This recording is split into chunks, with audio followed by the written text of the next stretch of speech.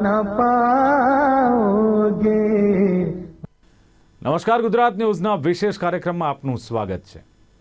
જો સંગીતની વાત કરીએ તો એમ કહેવાય છે કે સૂર, તાલ અને ગીત મળે ત્યારે સંગીત બનતું હોય છે। અને ગીત સંગીત એક એવું માધ્યમ છે કે જેના દ્વારા કોઈ પણ વ્યક્તિ અનેરી સ્ફૂર્તિનો અનુભવ કરે છે। એવું કહેવાય છે કે એ એવું માધ્યમ છે કે જે હસતાને રડાવી શકે છે ને રડતાને હસાવી પણ શકે છે।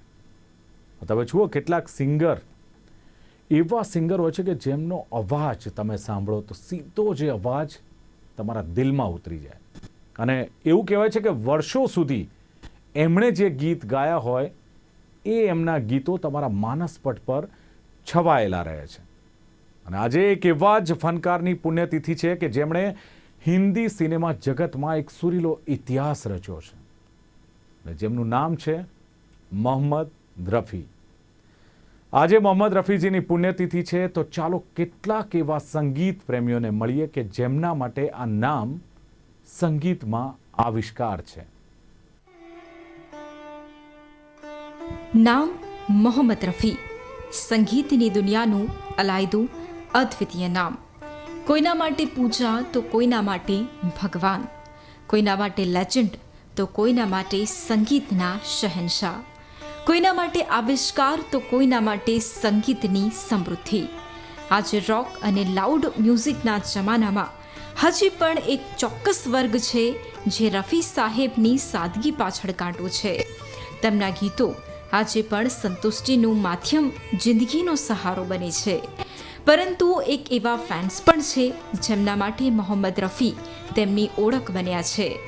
ન માત્ર અમદાવાદ કે ગુજરાત પરંતુ સમગ્ર વિશ્વમાં જેમને વોઇસ ઓફ રફીની ઉપમા મળી છે તે બંકિમ પાઠક માટે તો મોહમ્મદ રફી।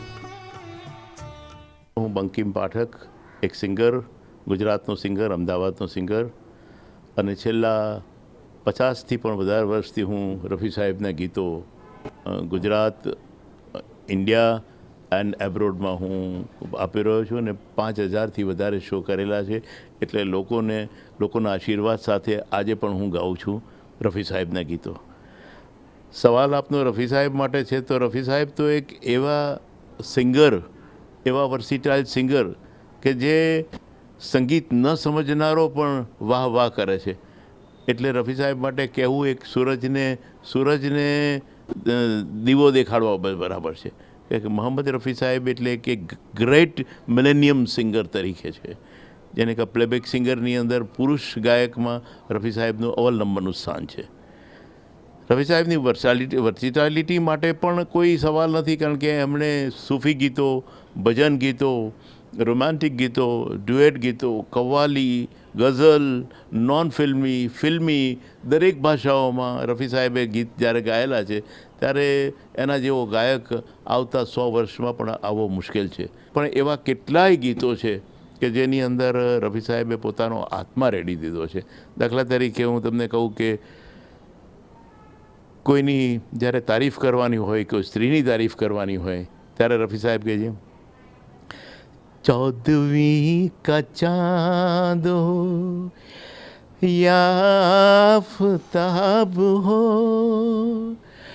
जो भी हो तुम खुदा की कसम लाजवाब हो। 14वीं का चाँद, इंतज़ारનું જ્યારે ગીત હોય, કોઈનો ઇંતજાર કરતા હોય ત્યારે કે સુહાને રાત ઢલ ચુકી ના જાને તુમ કબ आओगे। જ્યારે દર્દ હોય રફી સાહેબ કે વિરહ હોય, टूटे हुए ख्वाबों ने हमको ये सिखाया है, दिल ने जिसे पाया था आँखों ने गवाया है। જ્યારે શાસ્ત્રીય સંગીતની વાત આવે ત્યારે કે मधुबन में राधिका नाचे रे, मधुबन में राधिका नाचे रे गिरधर की मुरलिया बाजे रे मधुबन मेरा दिखा नाचे रे. ત્યારે ભક્તિની વાત આવે ત્યારે એમ કહેવાય છે इंसाफ का मंदिर है ये भगवान का घर है. इंसाफ का मंदिर है ये ભગવાન કા ઘર હૈ. એટલે રફી સાહેબની વર્સિટાલિટી માટે કોઈ સવાલ જ નથી. એટલા બધા સુંદર ગીતો ગાયા છે, રોમેન્ટિક ગીતો ગાયા છે. જ્યારે ડ્યુએટ ગાય રફી સાહેબ લતાજી સાથે, જો વાદા કિયા વો નિભાના પડેગા, રોકે જમાના ચાહે रोके खुदाई तुमको आना पड़ेगा, जो वादा किया वो निभाना પડેગા. પછી જ્યારે કહેવાય કે ફાસ્ટ ગીત પછી आजा आजा मैं हूँ प्यार तेरा, अल्लाह अल्लाह इनकार तेरा, हो आजा आजा आजा आजा आजा आजा आजा. 16 વર્ષથી 60 વર્ષ સુધીના ને ઝુમાવી શકે એવા રફી સાહેબ હતા. એમનો એક જ બસ પર્યાય છે કે રફી સાહેબ, મોહમ્મદ રફી સાહેબ એટલે સંગીતના સૂરજ. હું દક્ષા ગોહિલ. આજે હું 1981થી બંકિમ સાહેબ સાથે છું. એક યાદ રફી કે બાદ ટાઇટલથી અમે આટલા વર્ષોથી રફીજીની યાદમાં આ શો કરી રહ્યા છે.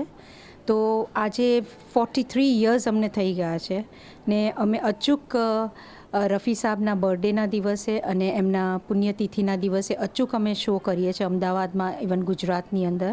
ને ઇન કેસ અમે લોકો ઓવરસીઝ હોય તો ઓવરસીઝ પણ અમે હંમેશા પોઈન્ટ કરીએ છીએ કે રફીજીને અમે શ્રદ્ધાંજલિ જરૂરથી દઈએ. કહેવાય છે કે આ તો એન્ટરટેનમેન્ટની નગરી છે અને એન્ટરટેનમેન્ટની નગરીમાં વર્સેટાઇલ સિંગર ઘણા ઓછા થઈ ગયા. તમે જુઓ, કોઈ રોમેન્ટિક હીરોના અવાજ માટે તો કોઈ દુઃખ ભર્યા નગમા માટે, કોઈ ક્લાસિક ગીતોની ઓળખ બન્યા તો કોઈ ભક્તિના ગીતો ગાવામાં ધુરંધર બન્યા.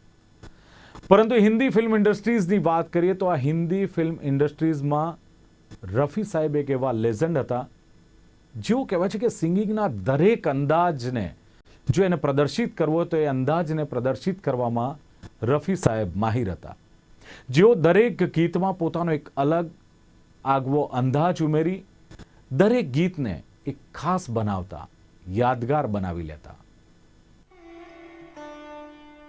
પહેલા પ્રેમમાં પાગલ યુવાનની લાગણી હોય કે પછી ઉદાસીમાં આક્રંદની વાત, ભજન હોય કે કવ્વાલી હોય કે પછી શાસ્ત્રીય સંગીત, મસ્તી ભર્યા નગમા હોય કે પછી દેવામાં ડૂબેલા એક ખેડૂતની હતાશા, પ્રતિભાશાળી ક્ષમતાની વૈવિધ્યતામાં માહિર રફી સાહેબનો અવાજ જીવનના નવરસને સરળતાથી ઝીલી લેતો હતો અને તે સાથે જ ગીત પર ન માત્ર હિટનો સિમ્બોલ પરંતુ અમરત્વ મળી જતું.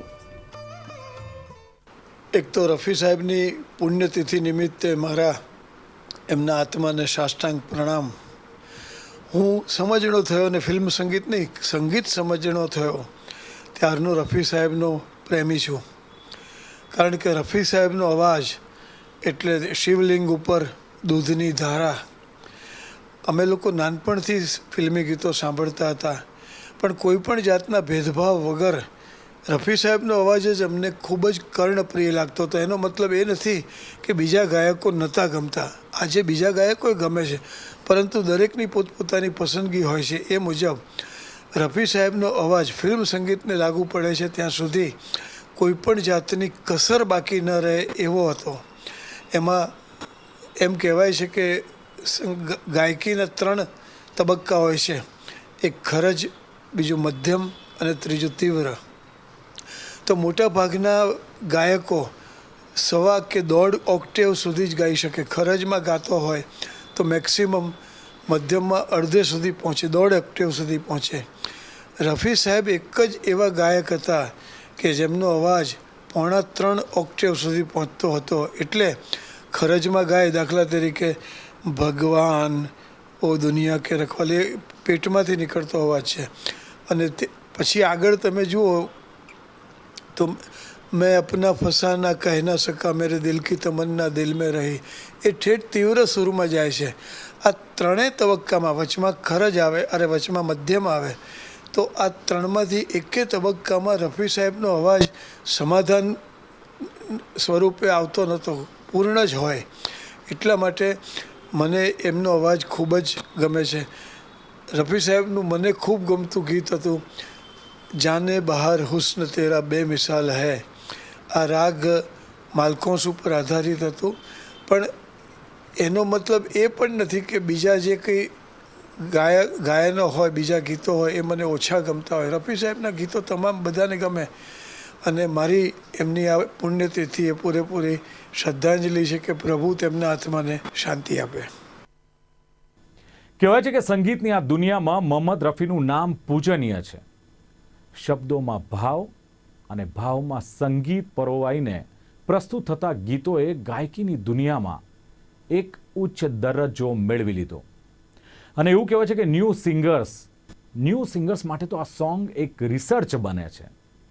અને યાદગાર ને અમર ગીતોની લાંબી લિસ્ટમાંથી સંગીતની દુનિયાને સમૃદ્ધ કરનારા મોહમ્મદ રફીએ અનેક ભાષાઓમાં સંગીતનો વૈભવ પણ પાથર્યો છે. મોહમ્મદ રફીનો જન્મ 24 ડિસેમ્બર 1924માં અમૃતસરની પાસે આવેલા કોટલા સુલતાન સિંઘ ગામમાં થયો હતો. નાનપણથી ગીતોના શોખીન રફી કારકિર્દીને નવો ઓપ આપવા માટે પહેલીવાર 1944માં મુંબઈ આવ્યા હતા, જેમાં ગીતોની શરૂઆત કરતાની સાથે જ હિન્દી સિનેમા જગતને રફી નામની ભેટ મળવા જઈ રહી હતી. થોડા જ સમયમાં રફી નામનો તારો સિંગરોના આકાશમાં અનેરી ચમકથી ઝળહળવા લાગ્યો. 4 દાયકાથી વધુ હિન્દી સિનેમાઓમાં રાજ કરનાર પાર્શ્વગાયક રફીએ અલગ અલગ ભાષામાં 26,000થી વધુ ફિલ્મી ગીતો ગાયા છે. પોતાની ફિલ્મી કરિયરમાં રફીને 5 રાષ્ટ્રીય એવોર્ડ અને 6 ફિલ્મફેર એવોર્ડ મેળવ્યા છે. સાથે જ 1967માં ભારત સરકાર દ્વારા તેમને પદ્મશ્રીથી નવાજવામાં આવ્યા હતા. પરંતુ આ બધાથી સર્વોપરી સન્માન એટલે ફેન્સનો પ્રેમ. આજે તેમની પુણ્યતિથિ પર ચાલો એક એવા ફેનને મળીએ જેમના માટે રફી સાહેબની પરિભાષા કંઈક અલગ જ છે.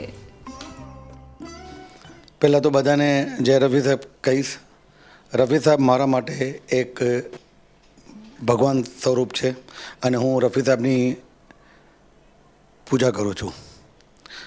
रफ़ी साहब नो जे आ पवित्र महीनों है आज नो जो दिवस है, लोग कहते हैं कि जिस दिन अगर किसका इंतकाल होता है तो वो मातम का दिन होता है, वो मातम के हिसाब से मनाया जाता है.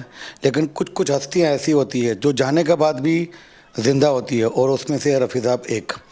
तो रफ़ी साहब को आज भले रफ़ी साहब का जो दिन है वो उनके इंतकाल का दिन है, लेकिन हम उनको एक सैड के हिसाब से नहीं सेलिब्रेट करेंगे, जश्न के हिसाब से सेलिब्रेट करेंगे, क्योंकि ऊपर वाले ने जो तारीख मुकर्रर की उनकी एक अमानत थी ऊपर वाले की, और रफ़ी साहब ऊपर वाले की अमानत थी, तो उन्होंने अपनी अमानत अपने घर अपने द्वार वापस बुला ली. रफ़ी साहब जैसे बोलते हैं ना कि पिक्चरों के अंदर एक मेरे ख्याल से 10% ही हिस्सा होता है गायकी का पूरी फिल्म के अंदर. 3 घंटे की फिल्म के अंदर गायकी का मेरे ख्याल से 10% ही हिस्सा होता है. वो 10% को 100% में कैसे कन्वर्ट करते हैं, वो सिर्फ एक रफ़ी साहब ही थे जो अपनी गायकी में अपनी पूरी 3 कलाक की फिल्म के अंदर 10 मिनट के हिस्से को 100 मिनट का हिस्सा या 3 घंटे में वो अपने आप को एक छवि बना के जाना अपने आवाज़ के हिसाब से, वो सिर्फ रफ़ी साहब के अंदर एक तासीर थी, उनको एक गॉड गिफ्ट थी. रफ़ी साहब के बारे में मैं क्या बोलूँगा, बरसों से लोग जानते हैं. रफ़ी साहब को मुख्तलिफ नाम से पहचानते हैं कि रफ़ी साहब एक फरिश्तनुमा इंसान थे, वो एक डाउन टू अर्थ थे, ह्यूमन बीइंग थे. लेकिन ये सब अब ऐसा लगता है कि शब्द बहुत छोटे पड़ते हैं. रफ़ी साहब के लिए एक नई डिक्शनरी बननी चाहिए, उसमें से एक शब्द उठाना चाहिए जो सिर्फ रफ़ी साहब के लिए यूज़ किया जाए. जैसे अगर हम बोलते हैं कि ये लेजेंड है, ये भी लेजेंड है, तो फिर रफ़ी साहब भी लेजेंड हुआ, तो फिर क्या मतलब हुआ. तो रफ़ी साहब के लिए एक अलग डिक्शनरी बननी चाहिए, एक अलग एक नाम बनना चाहिए जैसे बोलते हैं फरिश्ता नुमा इंसान, तो ऐसा कुछ नाम बनना चाहिए सिर्फ वो रफ़ी साहब के लिए ही यूज़ हो, बाकी किसी के लिए यूज़ नहीं हो।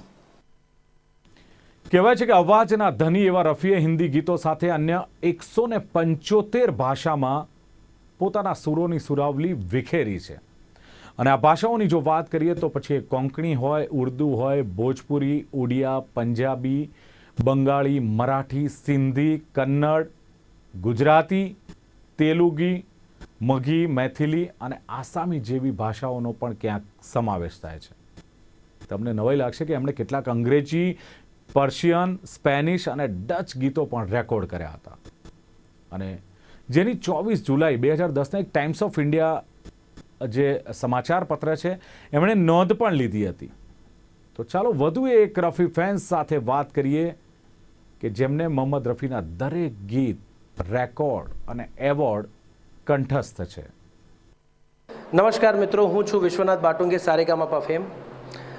સૌથી પહેલાં હું રફી સાહેબ વિશે જો વાત કરું તો રફી સાહેબ વિશે એક જ વસ્તુ કહીશ કે રફી સાહેબ એક ઇન્સ્ટિટ્યૂટ હતા કે જેમને સાંભળીને હું માનું છું ત્યાં સુધી ઇન્ડસ્ટ્રીના જેટલા પણ પ્લેબેક સિંગર છે કદાચ એમના ગીતો સાંભળીને તૈયાર થયા હશે એવું મારું માનવું છે. કારણ કે એમણે દરેક પ્રકારના ગીતો ગાયા છે, દરેક જોનરના ગીતો ગાયા છે. પછી સૂફી હો, ક્લાસિકલ હો, ગઝલ હો, રોમેન્ટિક હો, સેડ હો કે ગમે તેવા ક્લાસ ગીતો હોય, એવા દરેકે દરેક પ્રકારના ગીતો રફી સાહેબે ગાયા છે. એમના અંદાજ વિશે ખાસ શું કહેવું છે? રફી સાહેબની અંદાજની વાત કરું છું, રફી સાહેબનું પ્રોનાઉન્સિએશન, ડિક્શન હંમેશા બીજા કરતાં ક્લિયર રહ્યું છે. એ જીવનમાં કોઈ દિવસ એમનું પ્રોનાઉન્સિએશન કે ડિક્શનમાં પ્રોબ્લેમ નથી થયો. અને નુક્તાની વાત કરીએ તો નુક્તા જ્યારે લગાડવાની વાત આવે તો રફી સાહેબે બહુ સાફ રીતે નુક્તા લગાડ્યું છે દરેક ગીતમાં. ધારો કે કોઈ પણ ગીત હોય તો ગીતનું જે ઢાળ હોય કે ગીતનું જે કમ્પોઝિશન હોય કે ગીત શું કહેવા માંગે છે, ગીતની પોએટ્રી હોય, એ રફી સાહેબ સિવાય હું નથી માનતો કે કોઈ બીજા સિંગરે આટલું સારું ગાઈને બતાવ્યું હોય. રફી સાહેબની ગીતોની વિશેષતા એટલે રફી સાહેબ વિશે તો મારે બોલવું એ પેલું કહેવાય ને કે મારી હિંમત નથી થતી, પણ રફી સાહેબ જેવા સિંગર નથી. કારણ કે રફી સાહેબ ફૂલ પેકેજ હતા. કોઈ પણ હીરો હોય, કોઈ પણ હીરો ઉપર કેવી રીતે અવાજને મોડ્યુલેશન કરવાનું, ધારો કે શમ્મી કપૂર ઉપર ગીત ગાયું હોય તો કેવી રીતે એ અવાજને ઢાળી દેતા, જીતેન્દ્ર ઉપર ગાયું હોય તો એમનો અવાજ બદલાઈ જતો, ધર્મેન્દ્ર ઉપર હોય તો અવાજ બદલાતો. રફી સાહેબની અવાજ ખુલ્લી ગાયકી હતી. હું એમના અવાજની વાત કરું તો ખુલ્લી ગાયકી કહેવાય, જે આજના જમાનામાં નથી. જે આજના નવા સિંગરો જેમ દબાઈને જે હસ્કીનેસ લઈને આવ્યા છે, જેમ પહેલાંના જમાનામાં હીરો હીમેન જેવા હતા, એટલે ઓબ્વિયસલી હીમેન જેવા અવાજ, હીરો માટે અવાજ પણ હીમેન જેવો જોઈએ, એટલે પહાડી વોઇસ જોઈએ પ્લેબેક માટે. તો એ રફી સાહેબ એકમાત્ર. એટલે અત્યારના તમે ગીતો સાંભળો છો અને પહેલાંના ગીતો સાંભળો છો, એ જમીન આસમાનનો ફરક છે. પહેલાંના જમાનામાં જે ગીતો રેકોર્ડ થતા એ લાઈવ રેકોર્ડ થતા હતા, એનોલોગ સિસ્ટમ હતી, અને આજે ડિજિટલ છે. તો એનોલોગ સિસ્ટમમાં એક ટેકમાં તમારે રેકોર્ડ કરવાનું હોય તો એક ગીત 3 મહિના સુધી એ લોકો રિયાઝ કરતા, રિહર્સલ કરતા. એ ગીતને 3 મહિના સુધી મ્યુઝિશિયન સાથે, લિરિસિસ્ટ સાથે બધા મળીને, મ્યુઝિક ડાયરેક્ટર, એ લોકો રિહર્સલ કરતા અને પછી એ ગીતનું રેકોર્ડ કરતા. ની વાત છે કે રફી સાહેબ પાસે અનુ મલિક સાહેબની ઈચ્છા હતી કે ગીત ગવડાવું. તો અનુ મલિકજી સવારના 6 વાગે એમના ઘરે પહોંચી ગયા. રફી સાહેબે દરવાજો ખોલ્યો અને રફી સાહેબે કહ્યું કે 6 બજે આ ગયા અનુ મલિક? તો કે हाँ सर, मैं तो पूरी रात भर सोया नहीं. तो कि ठीक है, आप कौन सा मुझसे गाना गवाना चाहते हो? तो अनु मलिक એના અંદાજમાં શરૂ થઈ ગયા. તો એમણે ગાયું, મોહબ્બત રંગ લાએગી જનાબ આહિસ્તા. એટલે તરત રફી સાહેબે ત્યાં અનુ મલિકજીને ટોક્યા અને કહ્યું કે જબ વર્ડ ही आहिस्ता है तो उसे चिल्ला के क्यों गा रहे हो?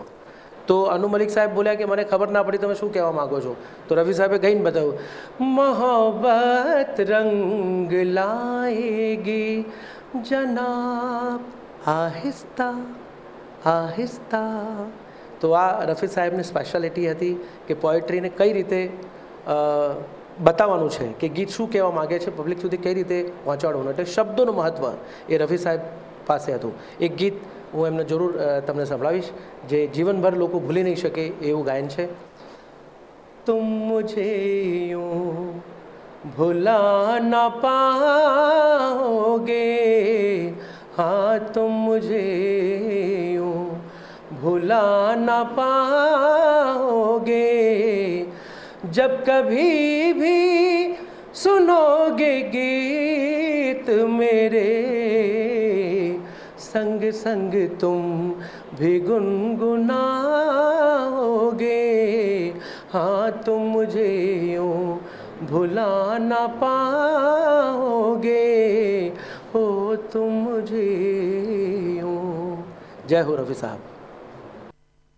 કહેવાય છે કે મોહમ્મદ રફી જેવા પાર્શ્વગાયક સદીમાં એક જ વાર જન્મ લે છે અને સદીઓ સુધી પછી એ યાદગાર બની જાય છે, જેમના દરેક ગીતો જ્યારે જ્યારે તમે સાંભળો ત્યારે કંઈક નવા સંભારણા લઈને આવે છે. અને શહેનશાહે તરન્નુમની ઉપાધિ મેળવેલ રફીના ગીતો આજે પણ ઘણા લોકો કાયલ છે. અને તમે જુઓ આજનું યુવા વર્ગ પણ રફીના અવાજ પાછળ પાગલ છે. અને ક્યાંક એવા લોકો પણ છે કે જેઓ મોહમ્મદ રફીની ભગવાન તરીકે ઉપાસના પણ કરે છે, જેઓ હંમેશા રફી માટે એક જ ગીત ગુનગુનાવે છે, વો જબ યાદ આયે બહોત યાદ આયે. મહાન ગાયક એસપી બાલાસુબ્રમણ્યમને જ્યારે પૂછવામાં આવ્યું કે રફી સાહેબની એવી કઈ ખાસિયત છે જે તમને ખૂબ ગમે છે, ત્યારે તેઓએ કીધું કે એક ગીતની કડી સંભળાવો. અને એમણે ગીત ગાયું, ये देख के दिल झूमा ली प्यार ने अंगड़ाई. પછી સાહેબે કીધું કે આ ગીતની અંદર જે ઝૂમા શબ્દ રફી સાહેબે ગાયો છે ને એ હું 100 વખત પ્રેક્ટિસ કરું ને તો પણ એમના જેવું ના ગાઈ શકું. શંકર જયકિશનના એક ગીતનું રેકોર્ડિંગ હતું ફેમસ સ્ટુડિયોમાં, અને એ માટે રફી સાહેબને જણાવી દેવામાં આવેલું કે આ તારીખે આ સમયે તમારે ફેમસ સ્ટુડિયોમાં આ ગીતનું રેકોર્ડિંગ કરાવવાનું છે. એટલે આ બાજુ શંકર જયકિશને બધી જ તૈયારીઓ કરવા માંડી. 50થી 60 જેટલા સાજિંદા વાજિંદાઓ ત્યાં આગળ ગીતની પ્રેક્ટિસ કરતા હતા અને રફી સાહેબની રાહ જોવાતી હતી. એટલામાં રફી સાહેબ ઘરેથી નીકળવા તૈયાર થતા હતા ત્યારે ખબર પડી કે એમને 1.5 થી 2 જેટલો તાવ છે. એટલે ઘરના બધા લોકોએ એમના પત્નીએ કીધું કે આવા સંજોગોમાં તમારાથી ના જવાય, આ ગીત તો કાલે થઈ શકશે, પરમ દિવસે થઈ શકશે, પણ તમને આ તાવ વધી ગયો તો ઉપાધિ થશે. રફી સાહેબ કે ના, મારા લીધે 50 થી 60 જણાની મહેનત નકામી જાય એ મારાથી નહીં થઈ શકે, હું જવાનો જ. અને રફી સાહેબ ઘેરથી ગાડી લઈને નીકળી ગયા. આ બાજુ અચાનક જ યુનિયનવાળાએ હડતાલ ડિક્લેર કરી દીધી. એટલે બધા સાજિંદા વાજિંદાઓએ બધું કામ છોડી દીધું અને બેસી ગયા. હવે શંકર જયકિશન વિચારવા પડી ગયા કે કરવું શું. અને પછી નક્કી કર્યું કે છેવટે ગીત જો રેકોર્ડ ના થવાનું હોય તો રફી સાહેબને જણાવી દઈએ કે ઘરેથી ના આવે. ફોન કર્યો તો ખબર પડી કે રફી સાહેબ તો નીકળી ગયા છે. અને એ જમાનામાં કોઈ મોબાઈલ તો હતા નહીં. એટલે રફી સાહેબ તો એઝ યુઝ્યુઅલ આવી ગયા સ્ટુડિયો પર આવ્યા અને બધાએ એમને જોયા. અને એવામાં વાત ફેલાઈ ગઈ કે રફી સાહેબને તો 1.5-2 જેટલો તાવ છે ને છતાંય ગીતના રેકોર્ડિંગ કરવા માટે આવ્યા છે. અને એની સાથે જ બધા લોકોને કોન્શિયસ બાઇટ થવા માંડી કે સાહેબ આટલે દૂરથી આવા તાવમાં રેકોર્ડ કરવા આવ્યા છે અને જો આપણે હડતાલ પાડીને એમને ઘેર પાછા જવું પડે રેકોર્ડિંગ કર્યા વગર, આ બહુ જ ખરાબ કહેવાય. સાહેબના સન્માન ખાતર આપણે આ હડતાલ, આ ગીતનું રેકોર્ડિંગ થઈ જાય એ પછી કરીશું, પણ સાહેબનું ગીત રેકોર્ડ કરી દઈએ. અને એ ગીત એ દિવસે તાવમાં રફી સાહેબે રેકોર્ડ કર્યું. તમને જાણીને બહુ જ આનંદ થશે કે એ ગીત કયું હતું, યાદ ન જાય બીતે દિનો કી. એટલે આવા સુંદર ગીતનું રેકોર્ડિંગ એમણે તાવમાં કર્યું હતું. એક ત્રીજી વાત મારે કહેવી છે કે રફી સાહેબ ગુપ્ત દાન કરતા હતા. ઘણા લોકોના સંપર્કમાં આવ્યા હતા, સેંકડો હજારો ગીત ગાયા. એટલે કેટલાય લોકોની શું હકીકત છે, કયું લોકો કોણ ગરીબ છે અને કોને કેટલી તકલીફ છે બધું જાણતા હતા. એટલે કોઈને પણ જણાયા વગર દર મહિને રેગ્યુલર કેટલાક લોકોને મની ઓર્ડર મોકલતા હતા. અને મની ઓર્ડર મોકલે એની ઉપર ક્યાંય એમનું નામ ના હોય, કશી માહિતી ના હોય. આ વર્ષો સુધી ચાલ્યું. અને અચાનક જ્યારે એમનું મૃત્યુ થયું એટલે મની ઓર્ડર આવતા બંધ થઈ ગયા. એટલે જેને મની ઓર્ડર મળતા હતા એ લોકોએ પોસ્ટ ઓફિસમાં તપાસ કરી કે અમને સાહેબ આ રેગ્યુલર મની ઓર્ડર મળતા હતા તો આ બંધ કેમ થઈ ગયા. પોસ્ટ ઓફિસવાળાએ તપાસ કરી કે આ મની ઓર્ડર મોકલનાર કોણ હતું, તો ખબર પડી કે રફી સાહેબ મોકલતા હતા. ત્યારે બધાને આશ્ચર્ય થયું કે આ માણસે આજ દિન સુધી આપણને જાણ પણ ના કરી અને આટલી બધી મદદ કરી. આવા મહંત આત્મા હતા આપણા રફી સાહેબ. कहवाय છે કે बा कमालों की याद आती है, बेमिसालों की याद आती है, जाने वाले कभी नहीं आते दोस्तों, जाने वालों की सिर्फ याद आती है. અને સુરોના સરતાજ બની ચૂકેલા આ મહાન ફનકારે 30 જુલાઈએ આ ફાની દુનિયાને અલવિદા કહી દીધું. હાલ મોહમ્મદ રફી આપણી વચ્ચે નથી, પરંતુ તેમના ગીતો દ્વારા તેમનો અંદાજ, તેમનો અવાજ હર હંમેશા આપણી વચ્ચે હયાત રહેશે. અને આ સિંગર માટે કોઈ ગાયકે સાચું જ કહ્યું છે કે ન ફનકાર તુમ સાથ તેરે બાદ આયા, મોહમ્મદ રફી તું બહોત યાદ આયા. नमस्कार. तुम मुझे यूं भुला न पाओगे,